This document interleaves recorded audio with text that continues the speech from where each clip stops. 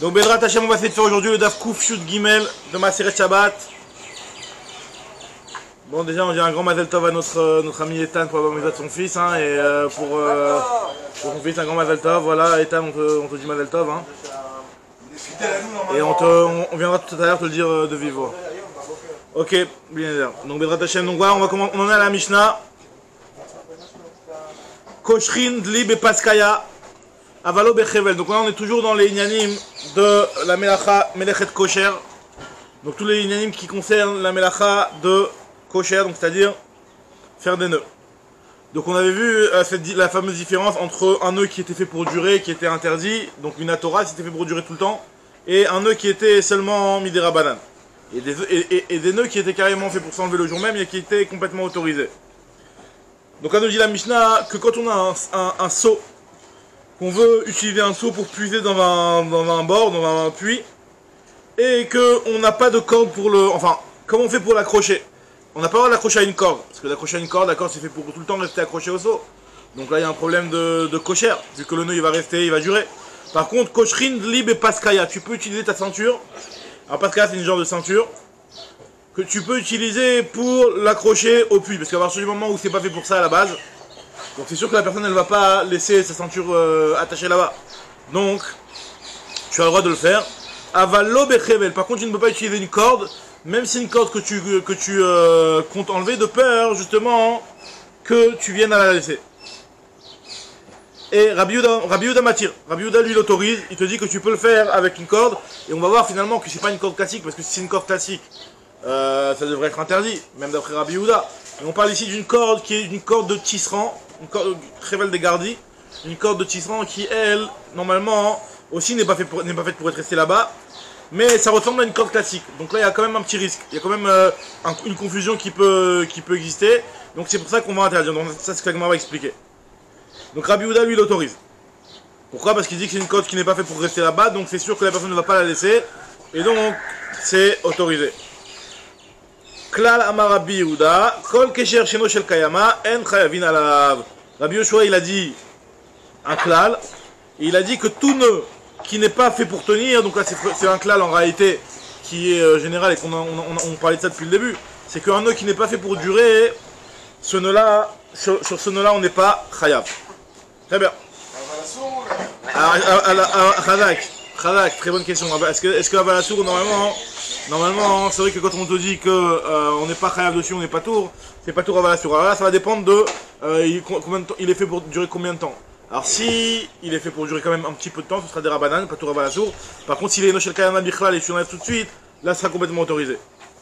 Mais t'as raison, c'est toujours que la question qu'il faut se demander quand on voit un truc comme ça, est-ce que c'est Avalassour ou pas Avalassour, t'as raison. Alors maintenant, la Gemara continue, elle enchaîne, elle démarre. Chevel Dema, ici on parle de quel type de Chevel? Puisqu'on a dit ici qu'on n'avait pas le droit, d'après Chachamim, d'accrocher un seau avec un Chevel, et d'après Rabbi Yehuda on avait le droit. Donc c'est quel type de Chevel? Si on parle du Chevel classique, je vois pas pourquoi Rabbi Yehuda il autoriserait. Il est ma Chevel de Alma, si on parle d'une corde classique. Rabbi Yehuda Matir, qui cherche le Kayama aussi, comment ça se fait que Rabbi Yehuda il autoriserait? C'est un nœud qui est fait pour durer, et d'après Rabbi Yehuda, un nœud qui est fait pour durer, c'est interdit. Et là, la Gemara elle te dit qu'on parle ici de Chevel des Gardi. On parle de la corde d'un tisserand, donc les cordes à tisser. Donc ça, en réalité, c'est pas une corde qui est faite pour être restée accrochée au seau. Donc dans un cas pareil, Rabbi Yehuda il autorise. Et Chachamim, pourquoi il interdit? Les mêmes rats des Rabbanan, c'est vrai, Gavrinan Chevel des Gardi, à tout Chevel des Alma. Mais Rabbi Yehuda, ça va, lo Gavrinan. En réalité, donc, ce que cela veut dire, ça revient à dire qu'il y a une marloquette entre Rabbi Yehuda et Chachamim. Est-ce qu'on interdit une corde qui est pas la vraie corde, qui est une corde de Gardi, donc qui est pas la vraie corde qui est faite pour être accrochée à ce seau? Est-ce qu'on interdit à cause d'une corde classique? D'après Rabbanan, on interdit, d'après Rabbi Yehuda, c'est autorisé. Alors Agma va objecter, va dire pourtant j'ai trouvé un autre cas. On voit l'inverse, on voit que c'est Rabbanan qui normalement autorise, et c'est Rabbi Yehuda normalement qui interdit, puisqu'il y a une braïta qui nous dit qu'un chevel dli chez nifsak. Si jamais il y a une corde, la corde d'un seau qui s'est déchirée, qui s'est coupée, alors on te dit que l'oye koshro et la onvo. D'après Tanakama, d'après Chachamim justement, l'oye koshro, tu ne peux pas faire de nœud dessus. Alors, l'agma elle va comprendre qu'à priori on parle d'un nœud. Enfin, on va voir. L'oye koshro, tu ne peux pas faire un kécher parce que bien entendu, tu veux de refaire le nœud. Bah, c'est un nœud qui va durer puisque t'es avec la corde qui vient de se couper, tu veux refaire un nœud avec la corde, bah c'est un nœud qui va durer si tu veux réussir à faire un bon nœud. Mais tu n'as pas le droit de faire un kécher, mais par contre tu as le droit de faire en nouveau, c'est-à-dire de faire un nœud de Haniva. Donc on voit que d'après Rabbanan, on n'interdit pas de faire une Haniva, de faire un nœud coulant à cause d'un nœud classique. Donc on voit que Chachamim ils font pas la xéra, alors qu'on avait dit juste avant que Chachamim ils interdisaient la corde de Gardi, la corde du tisserand, à cause de la corde classique. Donc déjà on voit un étonnement sur Rabbanan. Et même sur Rabbi Yehuda Omer, Korech alav punda ou paskaya bilvat shelo yanvenu. Lui te dit, tu ne peux pas faire de Haniva. Tu peux prendre un fil extérieur qui n'est pas fait pour rester là-bas, comme ce qu'on avait dit par exemple, paskaya, d'utiliser ta ceinture, et tu peux être Korech, c'est-à-dire que tu vas prendre les deux cordes, les deux bouts de la corde, tu vas les mettre l'un côté de l'autre, et tu vas envelopper avec une autre corde. Ça oui, tu peux le faire, parce que ça c'est pas fait pour durer, vu que c'est une corde extérieure, c'est pas fait pour durer, donc tu fais pas de nœud, justement, tu es juste Korech. Donc là, c'est autorisé. Mais par contre, de faire un nœud de Haniva, d'après Rabbi Yehuda, c'est interdit. Donc a priori, ce qu'on voit ici, c'est l'inverse. On voit que Chachamim, eux, ils ont autorisé de faire une Haniva. Ils n'ont pas interdit la Haniva à cause d'un nœud classique. Alors que dans le cas d'avant, on avait dit que Rabbanan, ils interdisaient la corde de Gardi à corde de la corde classique. Et on a vu que Rabbi Yehuda, ici, il autorisait, il interdisait de faire une Haniva, alors que dans la première Mishnah, on a vu que Rabbi Yehuda, lui, c'était celui qui autorisait carrément de faire avec une corde de tisserand. Donc l'Agma essaie de comprendre la contradiction entre Rabbi Yehuda et Chachamim. Donc ce que nous dit l'Agma ici, Kashia de Rabbi Yehuda, Kashia de Rabbanan, il y a une contradiction dans les paroles de Rabbi Yehuda, il y a une contradiction dans les paroles de Rabbanan. Donc l'Agma va répondre aux deux questions. De Rabbanan lo Kashia. La contradiction qui est entre Chachamim et Chachamim, c'est pas une contradiction. Pourquoi? Parce que quand est-ce que Chachamim il a dit qu'on interdisait la corde? C'était seulement quand c'était une corde que là il y avait vraiment une confusion qui pouvait s'instaurer et que une personne pouvait confondre et que si on autorisait à accrocher avec la corde du tisserand, donc on va dire ah c'est une corde, Madame Échané une corde de tisserand ou une corde de n'importe quel quoi d'autre, donc il autoriserait avec une autre corde. Donc c'est pour ça que les Chachamim lui ont interdit. Par contre entre un nœud normal et un nœud coulant, là les Chachamim ne font pas de xéra parce que la personne elle va comprendre que si on lui est obligé à faire un nœud coulant, c'est qu'un nœud classique tu ne peux pas le faire, donc il ne risque pas d'arriver à confondre. C'est ce que nous dit l'Agmara. Tu peux confondre une corde de tisserand avec une corde classique. Et donc c'est pour ça que Chachamim m'ont interdit. Tandis que Aniva bekshira lo michlefa. Tandis qu'un nœud coulant avec un nœud classique, là la personne ne va pas s'embrouiller. Et si on lui demande de faire qu'avec un nœud de Aniva, il ne va pas dire si on m'autorise à faire avec un Aniva, on va m'autoriser aussi à faire un nœud classique. L'Agmara continue, elle te dit de Rabbi Yehuda lo kashia. Aussi, même sur Rabbi Yehuda, il n'y a pas de contradiction. Parce que Hatam, lo mishum de michlefa, aniva bekshira, lo mishum de michlefa, aniva bekshira, et la aniva gufa kshiraï.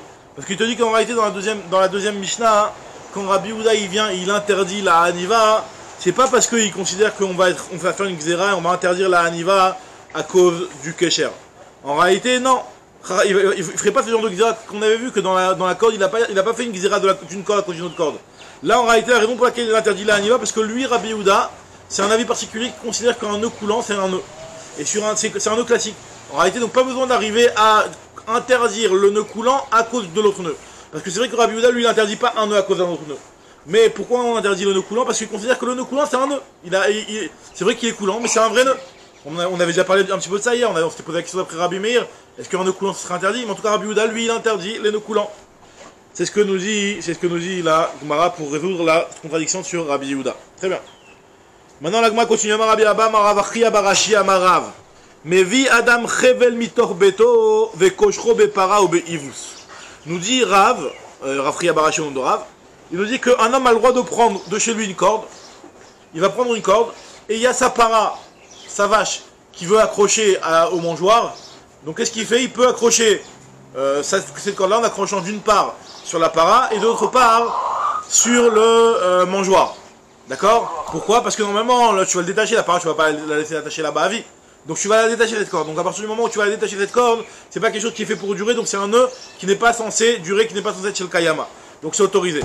Et le chidouche, il est qu'on va pas craindre que tu vas peut-être laisser la partie qui est attachée au mangeoire, tu vas la laisser tout le temps attachée, et tu vas juste détacher la para. Non, on va considérer que la personne elle va détacher les deux parties. D'accord? Ça c'est le chidouche de Rav. Nous dit la Gemara. Tu peux quoi?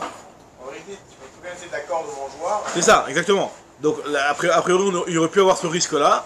Mais il te dit Rav Yehuda qu'une personne normalement, parce que encore une fois, on parle de quel type de corde ici? On parle d'une corde qu'un type n'a pas l'habitude tellement d'annuler.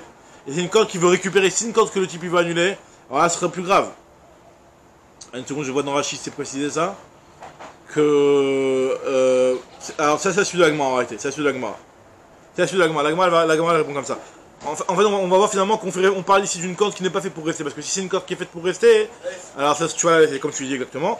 Et la Gemara, justement, c'est à partir de là, elle va faire une contradiction avec une autre braïta, avec un autre enseignement.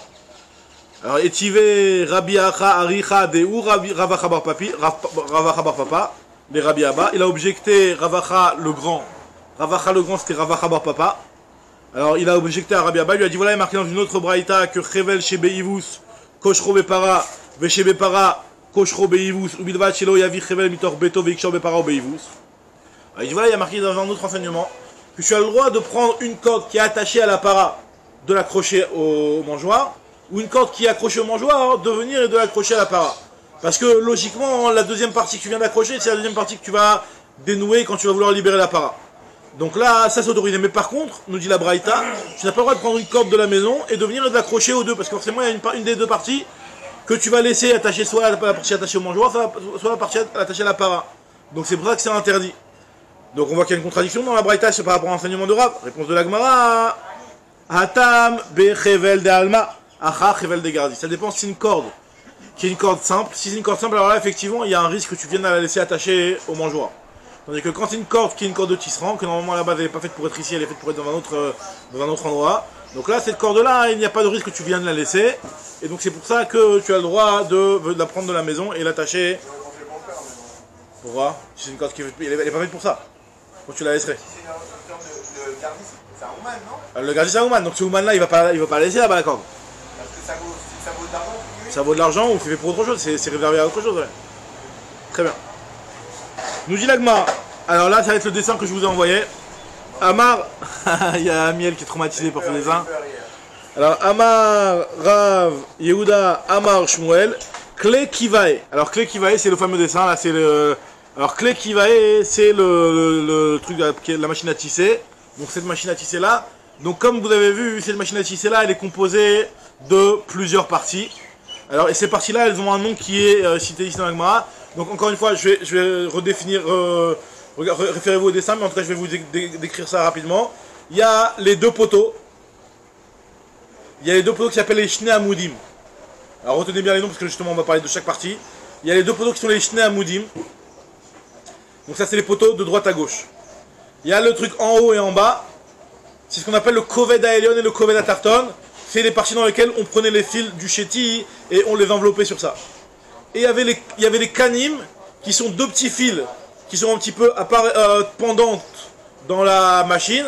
Et en fait c'est des fils qu'on va tirer, baisser et lever pour faire bouger, pour faire un petit jeu avec les fils pour en fonction de ça faire passer le fil du RF. D'accord? Comment exactement on devait passer en faisant bouger les fils, bon c'est un petit peu technique mais voilà. Donc c'est ces deux fils là qui bougeaient. Donc il y a les Kanim, ça c'est ce qu'on va parler tout de suite. Il y a les Kanim, il y a le Koved Aelion, le Koved Atarton et il y a les Shnei Amoudim. C'est les trois parties de la machine. Et après, il y a les trucs qui sont au milieu, les Batenirim, le Masrek, qui sont les parties du milieu, mais ça, on va pas en parler maintenant.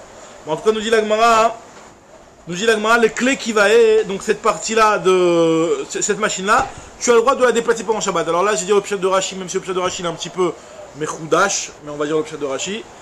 On verra plus loin, Bezrat Hashem, quand on arrivera au Pérec de Ilchot Mouktsé, que, en fait, finalement, il y a les Rishonim, ils expliquent le Pshat différemment. Tosfot là-bas, il explique comme le Ritva ici. En tout cas, le pshat de Rashi, c'est de dire que...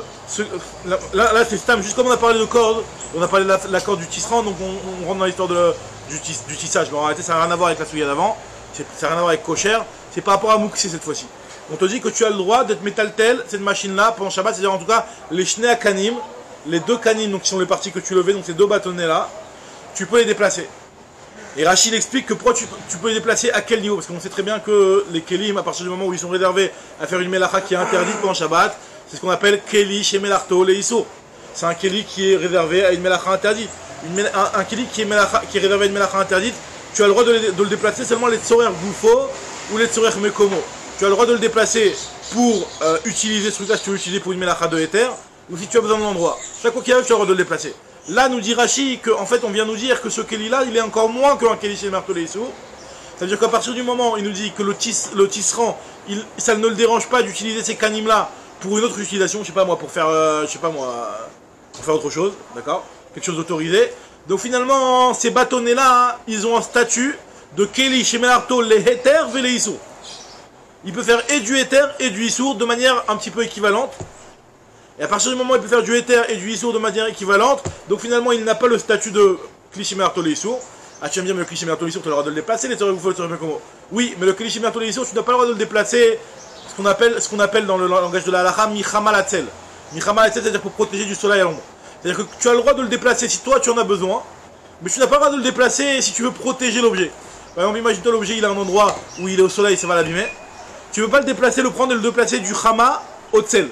Tu peux le déplacer si tu en as besoin, par exemple, tu as un marteau, tu veux casser des noix avec, tu as le droit. Parce que c'est vrai que le marteau c'est un Keli chez Merto les sourds, mais tu peux l'utiliser pour les tsorères gouffo. Par contre, Michama l'est-elle pour le protéger, par exemple, tu sais qu'à cet endroit-là il va se faire voler.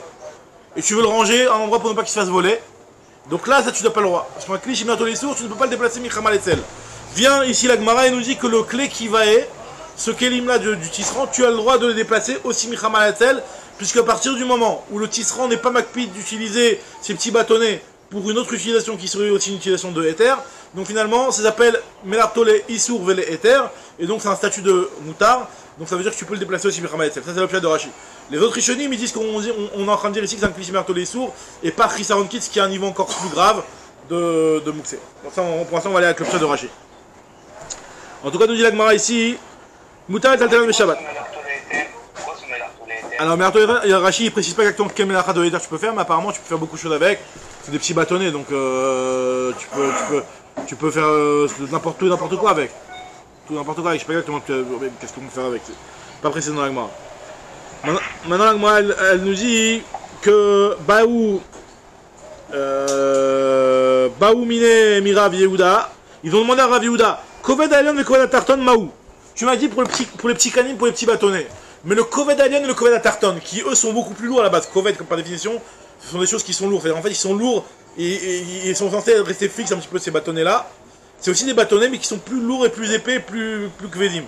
Donc, est-ce que ceux-là, tu as le droit de les déplacer? Ou alors, on va dire à partir du moment où ils sont épais et ils sont lourds, donc le tisserand, lui, il les met là-bas et c'est censé rester là-bas. Donc, il ne va pas les détacher.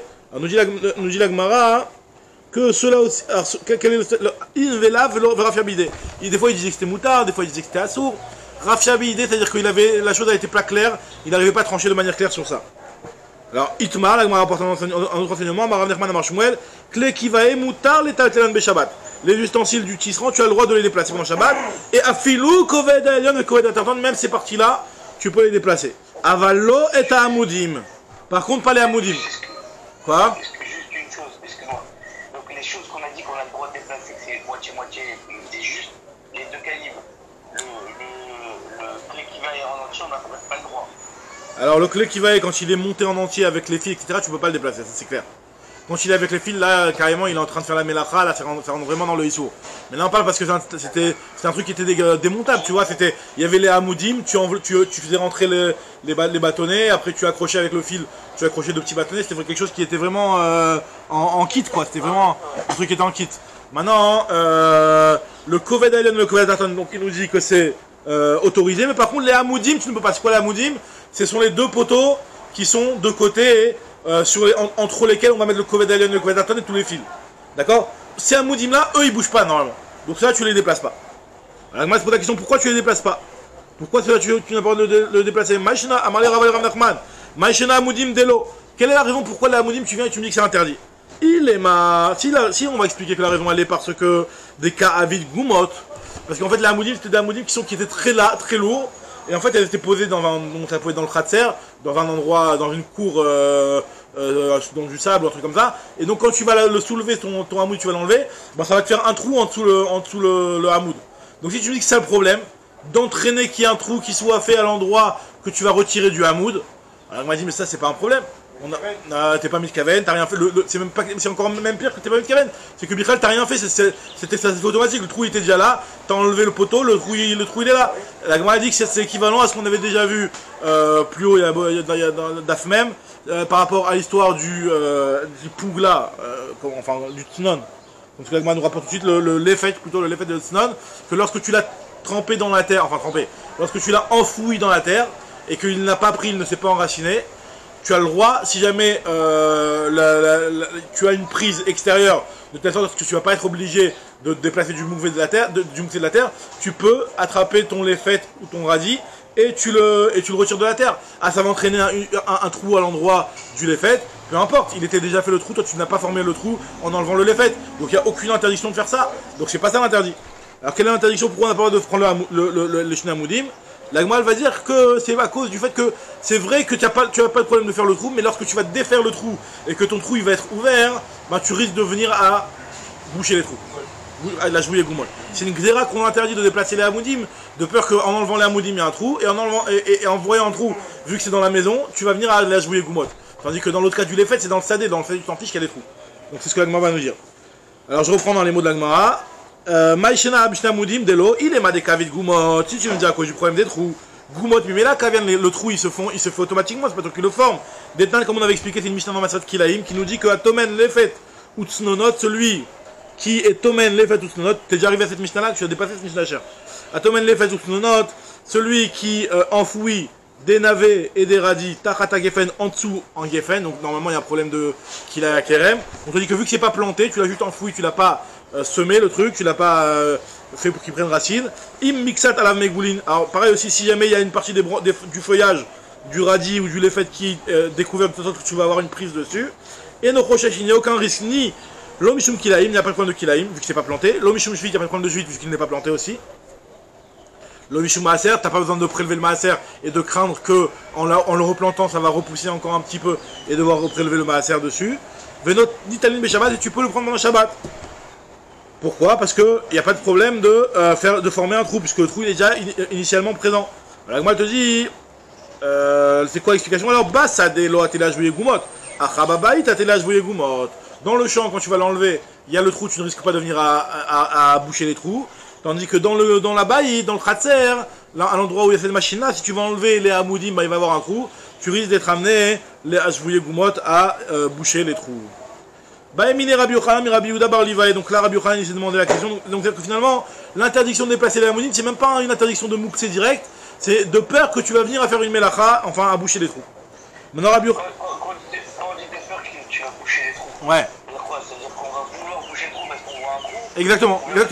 C'est ça, ouais.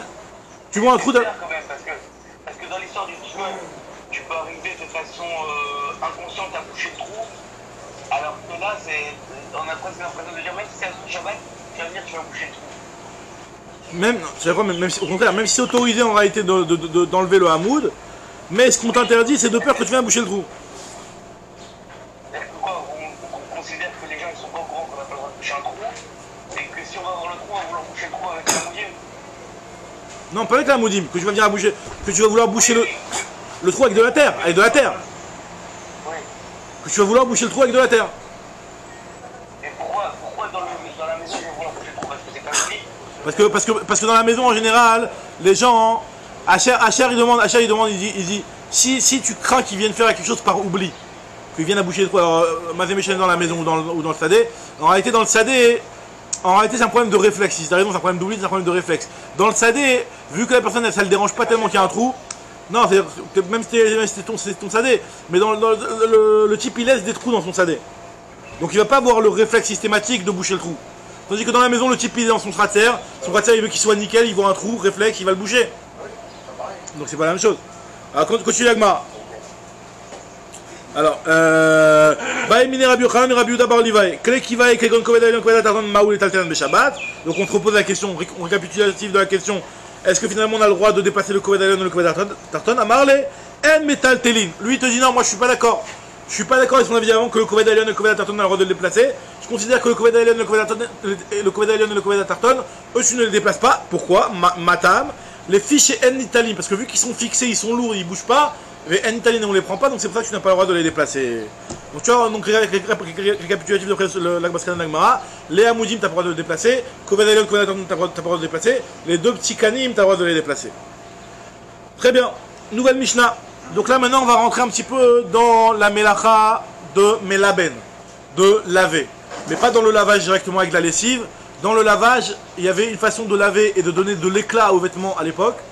C'est aussi une halakha qui est rapportée de nos jours aussi dans Shulchan Aruch, en pliant.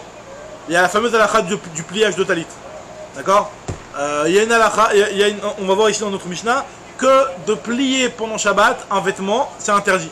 Parce que plier, c'est une des actions qui en fait permettait d'arriver au tikkun du vêtement et au lavage du vêtement. Tu lavais le vêtement, après pour lui donner de l'éclat, tu pliais bien, ça faisait la fin du lavage.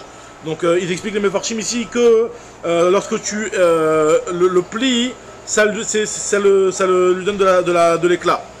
Donc c'est comme si tu étais metaken. Donc la Mishnah nous dit que mekapli metakelin. Lui, la Mishnah te dit pour l'instant, tu as le droit, on va expliquer, tu as le droit de prendre des vêtements, on va voir quel type de vêtements, en fait ça dépend quel type de vêtements. Il y a des types de vêtements que tu n'as pas le droit de plier, il y a des types de vêtements que tu as le droit de plier. Les vêtements neufs, tu as le droit de plier parce qu'ils sont déjà éclatants. Par contre, ceux qui sont vieux, on va voir que tu n'as pas le droit. Après, il y a une différence entre les vêtements de couleur et les vêtements blancs. La Gemara va expliquer tout de suite. Mais kapli metakelim, on a le droit de plier les vêtements, même 4 ou 5 fois à partir du moment où tu as besoin de les réutiliser après. Parce que si tu le plies pour le lendemain, pour le chol, ça non. Tu peux pas faire achana mi shabbat le chol. Mais par contre, tu peux plier si jamais tu vas l'utiliser après vêtement. Autre chose, matin et tamitot, tu as le droit de faire ton lit pendant Shabbat. Milay les shabbatot, les shabbats. Tu peux faire ton lit du vendredi soir pour l'utiliser dans le Shabbat, ou alors le Shabbat matin pour l'utiliser dans le Shabbat après-midi. Ça, tu as le droit. Mais par contre, de Shabbat pour moi c'est Shabbat, tu n'as pas le droit. À part, bien entendu, ça c'est à peu près ici, si toi tu as besoin pour que la maison elle soit nickel, que ta chambre elle soit bien propre et que le lit soit fait. Voilà, effectivement, tu as le droit de le faire pour Shabbat. Parce que tu ne savais pas que tu le fais pour le Motsei Shabbat, tu savais que tu le fais pour que tu sois bien. Tu as besoin que la maison elle soit clean, quoi. C'est pas bien si c'est le balagan chez toi. Donc quand on te dit que tu as le droit de faire ton lit Milel Shabbat, Avallo Bi Shabbat et Motsei Shabbat. Rabbi Shmuel il te dit que tu as le droit de plier un vêtement et de faire un lit de Yom Kippour pour Shabbat. Si Yom Kippour il tombe vendredi et tu as Shabbat, donc ça je crois que ça n'existe pas de nos jours.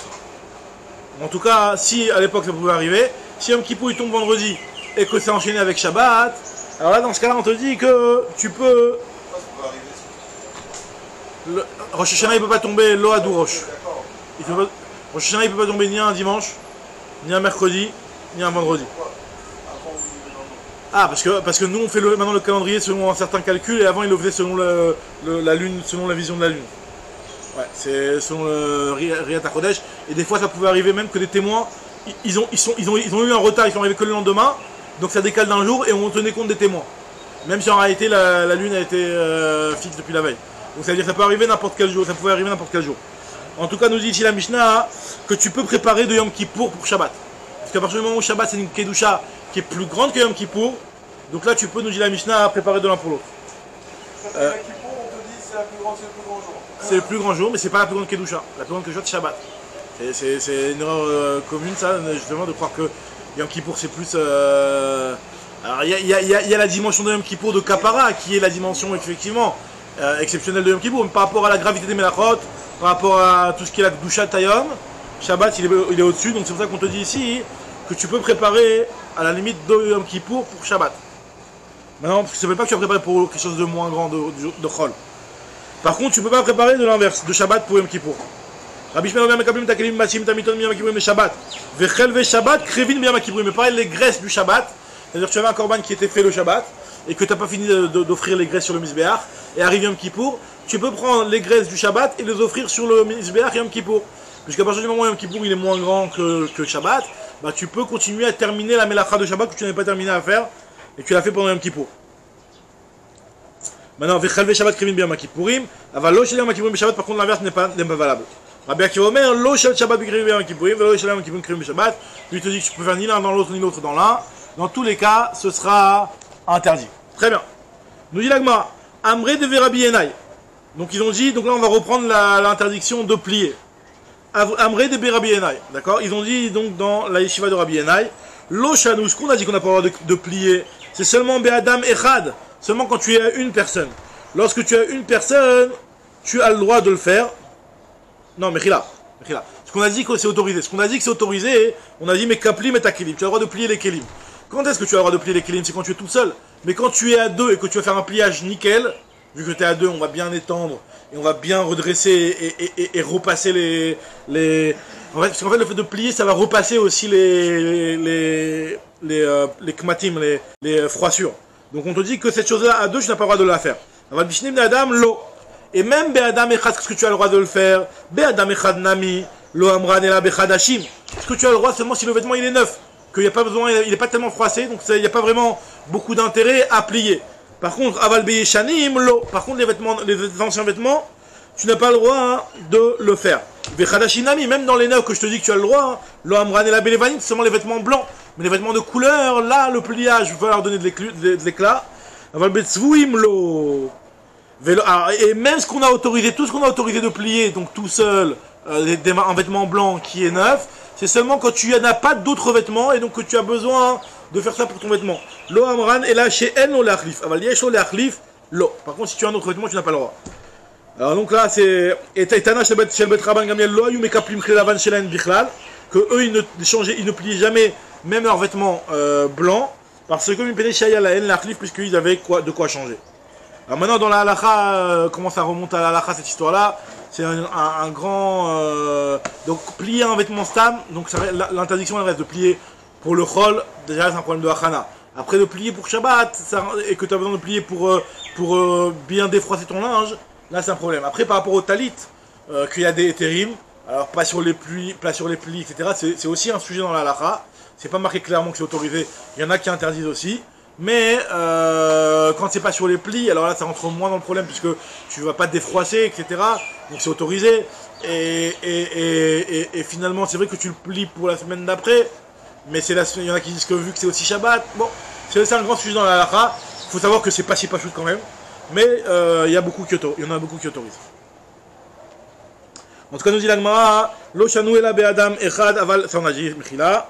Je reprends dans les mots, Amar Ravuna. Im yeshlo le achlif yachlif. On a dit que si jamais il a de quoi changer, il vaut mieux changer plutôt que de pas plier. Autre chose, non, Sam, autre chose. Sam, vu qu'on a parlé de vêtements et de vêtements à changer, si le type il a de quoi, plusieurs costumes pour Shabbat, etc. Im yeshlo le achlif yachlif. Si un type il a un costume spécial pour Shabbat, ben, il doit obligatoirement pendant Shabbat utiliser spécialement des vêtements spéciaux pour Shabbat. Et ne pas mettre les mêmes vêtements qu'il met le chol pendant Shabbat. Im yeshlo le achlif yachlif.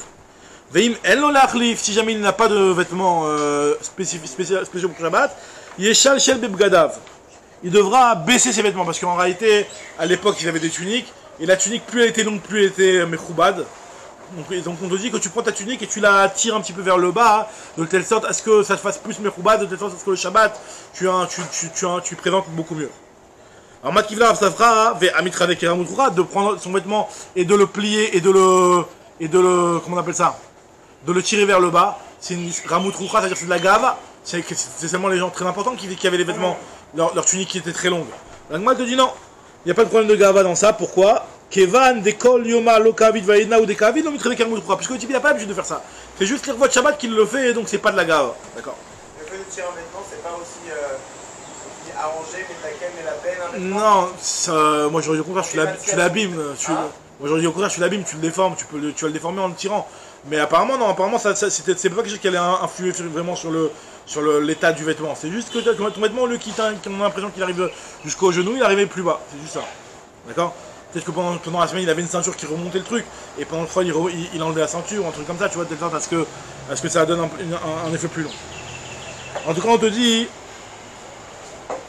Makit la Rav Safra, ça on a dit, Mechila. Donc là, on va voir, vous connaissez la chanson qui est Shmira Shabbat? La chanson qui est Shmira Shabbat, la chanson qui est Shmira Shabbat, elle est tirée de cette Gemara là.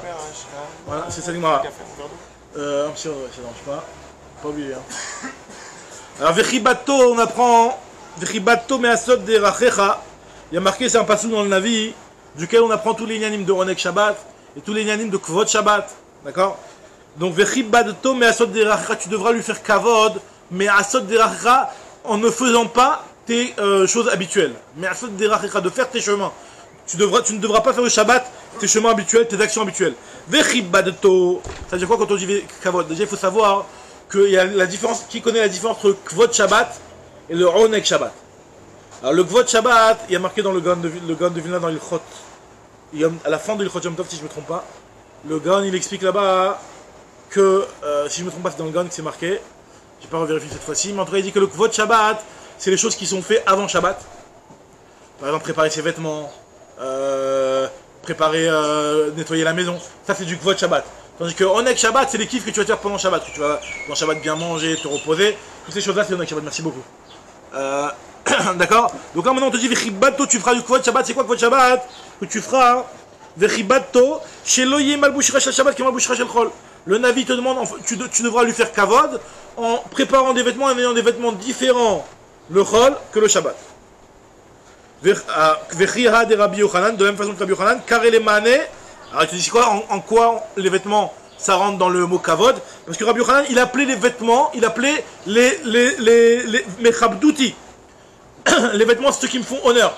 Un type qui est bien sapé, qui est bien habillé, ben, ça veut dire il est mechoubad, tout de suite on le respecte. C'est-à-dire qu'un type qui est débraillé, qui est mal habillé, donc naturellement on va moins lui donner de kavod. Donc le vêtement, c'est comme on dit, l'habit ne fait pas le moine. Mais bon, ça veut dire que t'as le vêtement, donc on te fait kavod finalement. En tout cas, on nous dit, Me'atzot derachecha, tu devras respecter, de ne pas faire tes chemins habituels. Chez loye iluchecha shel Shabbat, ki iluchecha shel chol. Donc iluchach yeh benachat. Comme il y a marqué dans le champ là-bas. Donc tu devras faire attention que. Non, c'est pas Kesh Mira Shabbat, c'est Baruch Kelelion, non? Bon, c'est un chant de Shabbat qui est tiré de cette Gemara.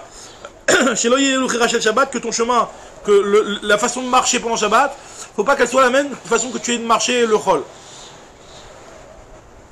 Mimetso Chefzecha, moi je me rappelle toujours quand je suis arrivé en Eretz, la première semaine où je suis arrivé en Eretz, j'avais pas de maison encore, j'ai fait Shabbat chez un Rav, et je suis parti avec lui au Bet HaKnesset, et il m'a dit le Shabbat, il prenait un autre chemin pour aller au Bet HaKnesset. Il y avait le chemin du Shabbat et le chemin du Chol. Le Chol il passait par la route avec tout le bagan. Le Shabbat il passait par le jardin, un petit peu plus agréable. C'est 2 minutes de plus, mais bon, c'est pas exactement c'est pas une obligation. Mais en tout cas, il faut marquer le coup que tu feras pas les mêmes chemins, tu n'auras pas la même façon de marcher que le Shabbat, que le Chol. Alors, Mimetso Chefzecha, donc il y a marqué dans le Navi la suite là-bas. Mimetso Chefzecha, Chafatzecha Asurim, Chefze Shamaim Mutarim. Tu n'auras pas le droit de faire des choses qui te concernent, c'est-à-dire que tu ne peux pas Shabbat faire ta compta. Par contre, les choses qui sont pour la mitzvah, pour les mitzvahs, ça oui, tu as le droit. Les cheftzeh shamaim, tu as le droit de le faire. Tu as le droit, par exemple, Shabbat, de commencer à calculer voilà, pour le Bet HaKnesset, tu fais un appel de don pour le Bet HaKnesset, etc. Ça oui, mais de faire tes comptes particuliers pour toi, ça tu n'as pas le droit. Les cheftzeh shamaim mutarim. Vedaber davar, donc là c'est du passou, Vedaber davar. C'est quoi? Chez Loïe, Dibur Chachel Shabbat, que Dibur Chachel Chol. Faire attention de ne pas parler de la même façon le Shabbat et le Chol. D'accord? Même c'est connu, vous connaissez le livre Le Patron avant tout? Non. Vous connaissez pas Le Patron avant tout? C'est un livre très intéressant. C'est écrit par Rucham Hashain. C'est un livre très connu, c'est un best-seller mondial, il a été traduit en je sais pas combien de langues. Et je l'avais reçu pour ma bar maison français, je me rappelle, j'avais lu là-bas, que lui, le Rav, le Patron avant tout, c'était le Rav, comment il s'appelle déjà, le Rav comment? Shain. Non, Rav Shain, c'est Rav Herman, non, Rav, je me rappelle le patron avant tout, donc ce Rav là, qui disait tout le temps le patron avant tout en disant encore beaucoup. Le Shabbat c'est un américain, le Shabbat il parlait qu'en hébreu. Il parlait qu'en hébreu, chez lo yedi boucha shel Shabbat, yedi boucha shel Chol. Donc de ne pas parler de la même façon, au Shabbat il parlait qu'en la Kodesh. C'était sa façon de marquer que Shabbat c'est spécial. D'accord? En tout cas, chez lo yedi boucha shel Shabbat, yedi boucha shel Chol. Et Dibour, Assoul, par contre il y a marqué, c'était pas de parler comme le Chol, tu n'as pas le droit, mais Irour Moutar, tu as le droit de penser. Tu as le droit de penser. Bon, après, c'est moutard, mais bon, après, c'est sûr que c'est pas dans l'esprit de Shabbat de commencer le Shabbat à penser à tes trucs de Chol. Mais en tout cas, tu ne t'en pas l'interdiction juste Beiro. C'est Bedibour. Quand tu vas commencer à parler de ça, là où il y a un problème. Alors, nous dit Agma, Bishlama Kulhu Lechaye, je comprends bien tous les cas que tu m'as dit, donc d'avoir des beaux vêtements, de ne pas parler comme le Chol, etc. Je comprends les Chaye, les Chaïm, je comprends très bien ce que tu veux dire. Et là, chez Loye Ilucha Shel Shabbat, Ilucha Shel Chol. Quand tu me dis qu'on ne doit pas marcher de la même façon le Shabbat et le Chol, ça veut dire quoi ça? On a une façon de marcher différemment le Chol et le Shabbat. L'Agma dit Maïhi, qui a de Amaravuna Amarav. L'Agma nous dit que c'est comme ce qu'a enseigné Ravuna au nom de Rav. C'est-à-dire quoi? Vamrela, Amar Rabbi Abba, Amar Ravuna, Ayam Aler Beshabbat ou Pagaber Matama. Même si jamais une personne marchait pendant Shabbat et il voit qu'il y a une flaque d'eau, qu'est-ce que tu dois faire? Nous disons ici, comment on doit faire par rapport à une flaque d'eau? Nous dit la Gemara, l'eau, s'il peut traverser sauter la flaque d'eau sans avoir besoin de sauter justement, une fois en posant le premier pied avant de lever le deuxième pied, c'est-à-dire juste en écartant un petit peu les pieds mais sans avoir besoin de sauter, ça c'est moutard. Ve'im lav assour, sinon tu n'as pas à sauter. Donc c'est dans ce sens-là on te dit que tu ne dois pas le Shabbat marcher comme le chol et faire des petits sauts sauter. Alors Makif Larava m'a dit je comprends pas. Et qu'est-ce que tu veux qu'il fasse alors à la place? Si tu as une flaque d'eau que tu as besoin de sauter pour la passer, comment tu vas faire?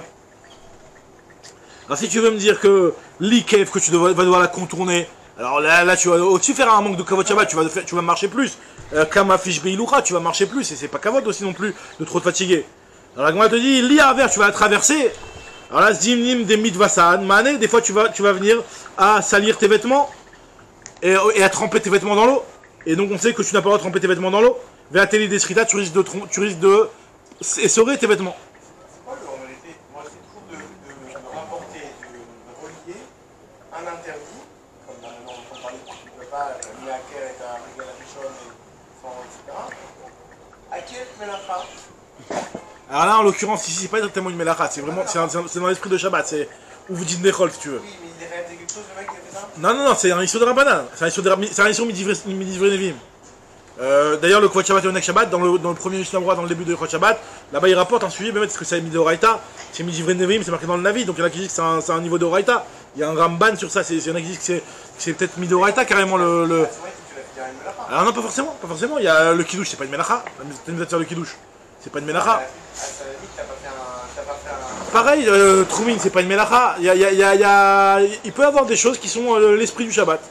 Là, en l'occurrence, c'est l'esprit du Shabbat, c'est pas une Melacha. Maintenant, c'est pas shabbatique, c'est pas forcément une Melacha, mais c'est pas shabbatique. Maintenant, nous dit la Gemara ici que, donc qu'est-ce que tu veux faire? De traverser dans ça, tu peux des fois mouiller tes vêtements et arriver des srita. Alors la Gemara te dit, Ela Beha Kevan Delo Efshar Shapir Lame. C'est vrai, si tu n'as pas de possibilité, effectivement, tu auras le droit de sauter. Et là, alors c'est quoi le cas alors qu'on te dit que tu ne devras pas marcher le Shabbat comme le Chol? Et là, qu'il est baïminé Rabbi, Mirabi Ishmael, Rabbi aussi. Qu'est-ce qu'il lui a demandé? Il lui a demandé Maou Lifsoa Psia Gassa Be Shabbat. Est-ce qu'on a le droit de faire des grands pas pendant Shabbat? Un type il veut faire des grands pas et courir pratiquement pendant Shabbat. Amarli lui a dit mais même le Chol, tu n'as pas le droit de courir normalement. Tu n'as pas le droit de courir même le Chol. Vechi Bechol Mioutra. Pourquoi Shani Omer Psia Gassa Tel Tachad Michabesh Mimeorenav. La Gemara nous dit, on avait déjà vu ça dans Maseret Brachot, que le fait de courir, la Gemara considère que le fait de courir, ça enlève de la vue. Ça enlève 1/500e de la vue. À chaque fois de courir, de faire. Et quand est-ce que tu récupères ça? Tu récupères ça au Kiddush du vendredi soir. Le Kiddush du vendredi soir, ça récupère la vue que tu as perdue en courant. Alors la Gemara ne dit pas ici quand tu regardes la lumière, la Gemara dit Tam Kiddush. Rachid dit en buvant le Kiddush, à Shotem Yain, c'est le Kiddush. Il y en a qui disent quand tu regardes la lumière, c'est vrai que c'est marqué, il y en a qui disent que tu regardes la lumière, il y en a qui disent que tu mets sur les yeux. Que même là, le Shabbat, il y en a qui disent que c'est marqué Mashchanaour, qu'il y en a qui mettent sur les yeux et c'est Chibouv Mitzvah. De mettre du vin de Kiddush sur les yeux. Bon, on fait pas tellement ça, mais en tout cas, on fait ça à l'Avda plutôt. Mais voilà. En tout cas, nous dit la Gemara, ça même le Chol, tu n'as pas le droit de le faire. Alors la Gemara dit non, mais ça tu récupères quand? Tu le récupères au Kiddush. Donc tu as le droit de le faire, Bémet, il n'y a pas de problème, puisque tu le récupères au Kiddush. Alors. Mais à Darle, Bekidusha et Beshimché, tu récupères ça au Kiddush du vendredi soir. Baïmine, Rabbi, Mirabi, Shmael, Rabbi aussi lui a demandé une autre question. Rabbi, Shmael, Rabbi aussi. Ma'ou lechol Adama Beshabbat. Est-ce qu'on a le droit de manger Adama? C'est quoi Adama? Alors c'est pas de la Damchout, c'est de la Adama. Adama, un type il veut manger de la terre. Un type il veut manger de la terre. Alors, il y a certaines terres qui peuvent être peut-être de la refoua. Donc est-ce qu'il y a un problème de refoua, comme on avait parlé dans le période d'avant, de manger de la terre pendant Shabbat? On a dit mais la terre c'est pas de la refoua, au contraire c'est dangereux pour la santé. Amarle vechi bechol mioutra, est-ce que dans le chol tu as le droit de manger de la terre? Shani Omer, av bechol assour, on dit que même le chol c'est interdit, une péché ou malké, parce que ça peut lui causer des dommages, des problèmes de santé. Donc tu n'as pas le droit de manger ça. Il lui a dit non seulement le Shabbat tu n'as pas le droit de manger, mais même le chol tu n'as pas le droit d'en manger. Alors c'est qui? Ah c'est Hachir. Ok. Je sais pas. C'est peut-être le truc de. Ok. Quand il va faire le zoom de son fils, peut-être que le type il s'est connecté plus tôt. Ok d'accord. Bref, en tout cas, ok. Ah, donc là, quoi, il y a quelqu'un d'autre avec nous, bon, ok, très bien. En tout cas, nous dit la Gemara que, il lui a dit, même le chol, c'est interdit de manger de la dame, de manger de la terre. On mange pas de la terre. La Gemara va nous raconter plusieurs choses sur la terre. Par exemple, elle va nous parler de la terre de Babel. Amar Rabbi Ami, Kol haochel me'afra shel Babel, celui qui mange de la terre de Babel, qui ilou ochel mi basar avotav. C'est comme si tu mangeais tes ancêtres. Pourquoi? Parce que tes ancêtres sont enterrés à Babel. À Babel, il y avait un grand Yishuv Yehudi là-bas, et qui était enterré là-bas. Tu manges de la terre. Ben, finalement, c'est la décomposition de tes ancêtres qui ont été enterrés là-bas. Il y a Shemrim qui disent qu'il c'est comme si tu mangeais des reptiles, et tous les reptiles qui ont été décomposés pendant le Maboul. Il y a marqué que les eaux du Maboul, après ils sont évacués, l'évacuation des eaux du Maboul, elle s'est faite à Babel, il y a marqué. Donc là-bas, c'est là-bas que tout s'est accumulé, et donc tu es comme si tu mangeais les shkatim ou massim. Là, moi, je dis, C'est Irak, c'est Babel. Hein? Irak aujourd'hui. C'est Irak, ouais, Babel, c'est Irak, ouais. Et j'aimerais qu'il ouvre le shkatim ou massim. Dirtiv, vayeimach et kol hayekum. Là-bas, il y a marqué que toute la civilisation, tout a été effacé.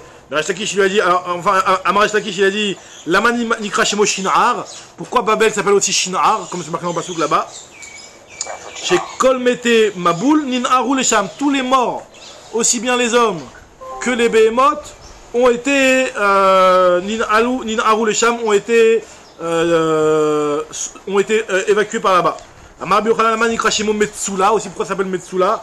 Il y a un pasouk aussi qui fait référence à la terre de Babel, un peu plus dans Sraria, qui dit que Metsula, ça fait référence à la terre de Babel.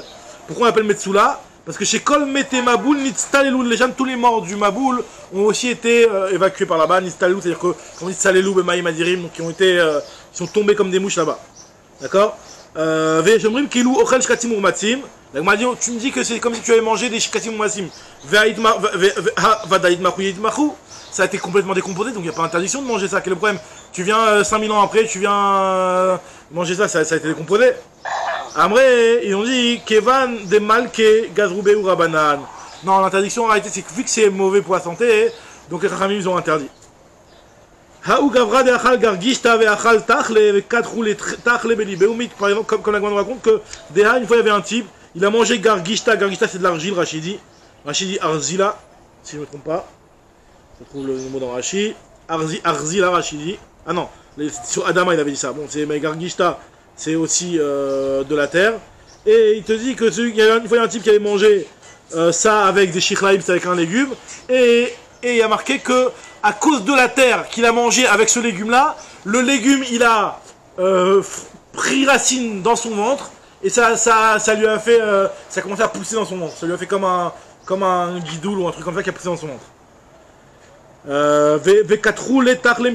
ça a poussé vers son cœur et ça l'a tué la personne. Très bien, la Gemara continue, elle fait la dracha dans un pasouk qui est marqué dans un pasouk. Verachat, c'est un pasouk qui est marqué dans la Megillat Ruth. Verachat, donc c'est Boaz. Non, c'est Naomi qui a dit à Ruth. Naomi elle a dit à Ruth, Verachat, tu vas te laver. Vesart, et tu vas t'enduire. Vesam timlotaïr, et tu vas mettre tes beaux vêtements. D'accord? C'est ce que Naomi a dit quand elle a dit à Ruth d'aller se présenter devant Boaz. Elle a dit arrange-toi en te lavant, en te mettant du parfum et en mettant tes vêtements. Nous dit Agmara Marbi Lazar Elou Bgadim Shel Shabbat. L'Agmara au début fait une dracha, elle nous dit que c'est quoi ces vêtements-là particuliers? C'est les vêtements de Shabbat. L'Agmara nous fait une autre dracha en disant Ten la Chacham vers Kam Od. Donne une phrase au Chacham, dis quelque chose au Chacham, le Chacham va comprendre le sous-entendu de ta phrase. Donne au Chacham, il va être encore plus Chacham que ce que tu lui as dit. Pourquoi? Puisque en fait, là qu'est-ce qui s'est passé avec Naomi, avec Ruth? Pourquoi? Parce que ici, Amar Rabbi Elazar, Ruth à Moavia. C'est Ruth à Moavia, ou Shmuel Amar, Shmuel Ramati, Mechila. Et Shmuel, pourquoi? Ruth, pourquoi Deilou Naomi Kamrale? Naomi, elle lui a dit, Verachat, tu vas te laver, Vesar, tu vas t'enduire, Vesam Timotaïr, tu vas mettre tes vêtements. Alaïr. Et elle a compris, elle avait Yarat Agoren, et après tu iras dans le champ, dans la grange là-bas. Donc, comme si elle allait d'abord s'habiller, et après elle est dans la grange. Comme si que quand elle allait passer, elle allait aller vers la grange, elle allait déjà être toute classe, toute bien, toute pimpante, etc. Alors qu'elle a compris, elle est partie sniout, elle a compris que d'abord elle est partie dans la grange, quand elle est passée devant les gens, elle était normale, et après elle s'est arrangée pour être présentable devant Boaz. Elle a compris par sa chokma, tel la chacham veyar kam od, que il fallait faire cette chose-là après, pas dans l'ordre que Naomi lui a dit. Veilou Bedida, tandis qu'elle a dit va terrer d'Agoren, elle est d'abord descendue dans la grange, ve Adar, et après va tas quand la chertif Tachamota, elle a fait tout ce que sa belle-mère lui avait ordonné. Et Shmuel a ramassé quoi l'histoire avec Shmuel? Deil ou Eli, parce que Eli lui a dit, c'est la fameuse histoire quand Shmuel, il était au début encore pas prophète, et il arrivait devant Eli, il disait, tu m'as appelé? Et en fait, Eli lui a dit, non, je t'ai pas appelé. Et Eli, il avait compris qu'en fait, en réalité, s'il entendait des voix, c'est qu'il commençait à devenir prophète. Parce que Shmuel Hanavi, il commençait à devenir prophète. Donc il lui a dit, si, il lui a dit, non, moi je t'ai pas appelé. Et après, il a compris Shmuel que c'était une prophétie, et qu'est-ce qui s'est passé là-bas? Nous dit la Gemara, Deilou Eli lui a dit, Kamar le Shrav, va te recoucher. Vaya ki mikraou elecha, va marta dvar Hashem, ki shomé avdecha. Et tu entendras une voix, tu diras dvar Hashem, ki shomé avdecha. Tu diras cette phrase-là. Velou béjizé, tandis que Shmuel, lui, quand on l'a appelé, qu'est-ce qu'il a dit? Ktiv, be, vayavo, Hashem, vayitchatsa, vayikra, kepam, bepam. Donc quand il a été appelé encore par Hashem, Shmuel Vayomar, Shmuel Daber, qui chômait Avdecha. Il n'a pas dit Dvar Hashem. Parce qu'en réalité, Shmuel il a été un petit peu plus rahab que ça, parce que s'il avait fait comme Eli, il avait dit parle-moi, je suis à ton service, Dieu. Ça veut dire qu'en réalité, comme si qu'il suppose que directement c'est forcément Dieu qui est en train de parler avec lui. Mais lui, Shmuel, il a été plus rahab que ça en disant Daber, parle. Parce que à la tzad, si peut-être c'était pas Dieu, peut-être c'était un mauvais esprit ou un truc comme ça. Donc il voulait pas dire Daber Hachem, parle Hachem, parce que peut-être que c'est pas Hachem. Donc il a dit juste Daber. Donc il a compris dans les paroles de Eli que même si Eli avait dit Daber Hachem, ben lui il devait dire que Daber et donc il a dit que Daber. Continue la Gemara, elle nous dit V'lamar Daber Hachem. Va teler va tavo va telaket basade. Il y a marqué qu'elle a commencé à on revient sur l'histoire de Ruth, que Ruth à Moavia elle a commencé à ramasser du blé dans le champ de Boaz. Amar Rabbi Elazar, she'alcha ubat achematza bnei adam ameuganim lelech imahem. Elle a fait des allers-retours jusqu'à qu'elle trouve un groupe de personnes avec qui elle pouvait, des personnes qui étaient fréquentables, avec qui elle pouvait rester. Donc elle a vérifié, elle a sélectionné ses fréquentations pour ne pas aller avec n'importe qui. Vayomer Boaz et Naharo. Boaz, lorsqu'il a rencontré pour la première fois Naomi et qu'il a vu, il a dit à ses serviteurs, à ses Neharim, il leur a dit, Anitzav à la Kotrim, les Mianaharo, c'est qui cette jeune fille? Elle m'a dit, je comprends pas. Vechi Darko Shel Boaz, Bishol Benahara, Boaz c'est le Gadolador. Est-ce que c'est l'habitude du Gadolador de demander c'est qui cette jeune fille? C'est pas Tsniout de demander sur une jeune fille. Alors la Gemara dit à Marbi Elazar, Davar Chochmara, parce qu'en fait il y avait quelque chose d'impressionnant chez elle. Il y avait quelque chose d'impressionnant qui justifiait que Bémet il s'intéresse à cette jeune fille-là. C'est qu'est-ce qu'il a vu comme Chochma chez elle? Rahaba, il a vu que elle connaissait la halachot. Parce qu'elle savait que 2 shibolim tu peux ramasser, 3 tu ramassais pas. Donc en fait, c'est quoi l'histoire là-bas? C'est que Ruth, elle était dans le champ et elle ramassait ce qui était oublié par les types qui ramassaient. Maintenant, nous dit la Gemara que c'est une mission de PA que 2 épis de blé tu n'as le droit de ramasser. 3, ça s'appelle pas un oubli. Tu dois les laisser pour le propriétaire les ramasse. Et donc il a vu Boaz qu'elle connaissait cette halakha-là. Il a vu Davar Chochma que Shne Shibolim Lakta, Shlosha Shibolim et Lakta. Mais maintenant Tata, il y en a qui disent que non, il a vu chez elle la Tsniout. Davar Tsniout. Pourquoi? Parce que Rahaba Omdot Meumad Noflot Meushav. Il a vu que les épis qui étaient debout, ben elle les ramassait debout. Les épis qui étaient assis, elle se baissait pas, elle s'asseyait pour les ramasser. Donc elle était avec Tsniout. Il y a marqué Vechotit Bekinim Narotai que Boaz il lui a dit à Ruth tu vas rester avec mes jeunes filles. Vechi Darko Shel Boaz et Dabek Imanashim. Tu resteras avec mes jeunes filles. Quoi, il avait des jeunes filles, il avait un harem, Chaz Shalom Boaz. C'est quoi mes jeunes filles? Moi, elle nous dit à Marbi Elazar, Kevan de Chaza, Vatishak Orpa, Lechamota, Verut, Davkaba, Amar, Share Leida Boukeba. Vu qu'il a vu qu'en réalité, cette jeune fille-là, elle restait avec. En fait, la question avec moi, c'est surtout de comprendre comment ça c'est que lui, il veut se rapprocher de Ruth, alors que Ruth, à la base, elle était connue pour être une Goya. Donc il te dit, non, puisqu'il a vu que Orpa était partie et qu'elle était restée avec sa belle-mère, ça veut dire qu'il a compris qu'elle s'était convertie, donc il avait le droit de rester avec elle. Vayomer la Boaz, Leeta Ochel, Geshi Halom, il lui a dit, rapproche-toi, Halom par ici. Alors quelle allusion il lui a fait quand il lui a dit la phrase de Halom? Amar Bilazar, Remez Ramazla, il lui a fait une allusion, il lui a dit, Atida Malchut Bet David la Tset Mimer, le roi David va sortir de toi. Pourquoi? Parce qu'il y a marqué concernant le roi David, dire Tiv B. Halom, il y a marqué aussi le mot Halom. Comme il y a marqué chez Neymar, va y avoir un Meler David, va y avoir Hachem et Omer, Mi Anochi Hachem Elohim, ou Mi Beti qui veitani ad Halom. Il y a marqué le terme de Halom.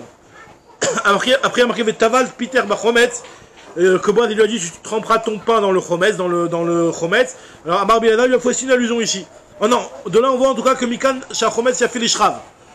On voit que le chomet c'est quelque chose qui est bon lorsqu'il fait trop chaud. Quand il y a une canicule, c'est bien de manger du chomet. Ok. Rabbi Shmuel ben Nachmani Amar Remez Ramazla. Il a fait une autre allusion. Atida, Atid ben Latzet Mimer Shima Asav Kashin Kechomet. Tu vas avoir un enfant qui est rachat, qui va sortir de toi. Un enfant qui a des actions qui sont amères comme le vinaigre. Enfin, qui sont aigus comme le vinaigre. C'est qui cet enfant-là? C'était Ménaché. Parce que Ménaché ben Cheskia, qui était un rachat Merusha, qui allait sortir de la malchoute de David. Ou Manu Ménaché. ותשב מצד הקוצרים, אמר בן אדם מצד הקוצרים, ולא בתוך הקוצרים, רמז רמזה, שעתידה מלכות שתתחלק. Donc quand il a dit tu t'assieras à côté des Kotzrim, c'est-à-dire qu'il a fait une allusion que la malchoute de David allait se diviser en deux, parce qu'on sait qu'à l'époque du fils de Shlomo, Rechovam et Yerovam, il y a eu la fameuse division de la malchoute qui s'est divisée entre malchoute Israël et malchoute Yehuda ou Binyamin. Nous dit la Gemara que c'est cette allusion qu'il lui a voulu faire Boaz. Donc il lui a fait l'allusion des bonnes choses et aussi des mauvaises choses qui allaient en suivre. Vaïtzbat la kali vatochal amar Bielazar vatochal beimé David vatisba bimé Shlomo vatoter bimé Chizkia. Quand il lui a dit elle va manger, elle va être rassasiée. Donc ça c'est pour lui faire allusion, elle va manger à l'époque de David, elle va être rassasiée à l'époque de Shlomo, elle va laisser à l'époque de Chizkia, donc c'est les enfants de Sadikim qu'elle allait avoir. Et Kadamri va tochal bimé David bimé Shlomo vatisba bimé Chizkia, qu'elle allait avoir de la richesse à l'époque de Chizkia. C'est pour lui dire que ses descendants ils allaient être riches, ils allaient avoir de l'opulence. Et Vatotar bimé Rabbi, à l'époque de Rabbi qui était aussi un descendant de David Ameler, de Amar Amar Haoriré de Rabbi avait attir Mizrou Malka. Le serviteur de Rabbi, Haoriré c'est le Memouna Assim, c'est celui qui était responsable dans l'étable de Rabbi, lui il est aussi riche que Shvor Malka. C'est-à-dire que Rabbi, même ses serviteurs, ils étaient riches. C'est-à-dire qu'il était tellement riche, Rabbi, que même ceux qui étaient employés chez lui, qui avaient juste des petites stock options chez Rabbi, et ben c'était des milliardaires aussi. D'accord. On te dit que va tochal baolamazé, va tilba limot hamashiach, va total atilavo, qu'elle va avoir l'opulence et l'abondance, la limot hamashiach, et la tilavo. Chadak ou baruch, on s'arrête là. Donc, Shabbat, celui qui est dispo.